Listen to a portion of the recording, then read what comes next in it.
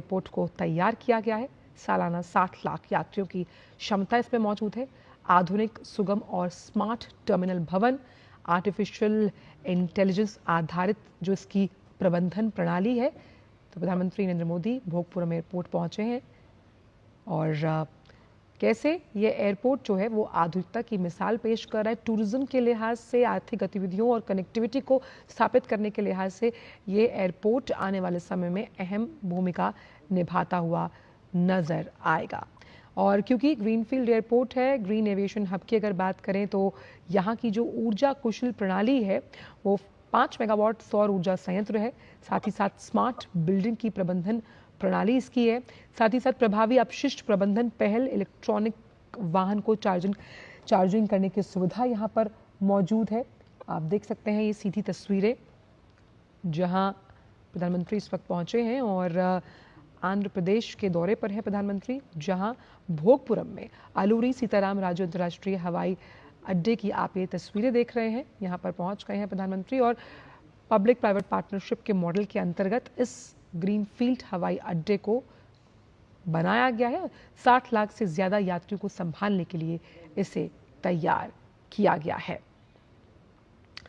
तो ये एयरपोर्ट जो है वो आधुनिकता का प्रतीक है और साथ ही साथ ये आंध्र प्रदेश की सांस्कृतिक विरासत को भी यहाँ पर दिखाता हुआ, दर्शाता हुआ नजर आ रहा है। आंध्र प्रदेश के तटीय इलाकों की एक पारंपरिक गोलाकार झोपड़ी के यानी कि उस घर के आधार पर इसको बनाया गया है, जिससे आप यहाँ देख सकते हैं कि कई जो शास्त्रीय संगीत से जुड़े हुए वाद्य यंत्र हैं वो भी यहाँ पर मौजूद हैं और आंध्र प्रदेश की उस संस्कृति को भी यहाँ पर आप प्रदर्शित होते हुए देख सकते हैं।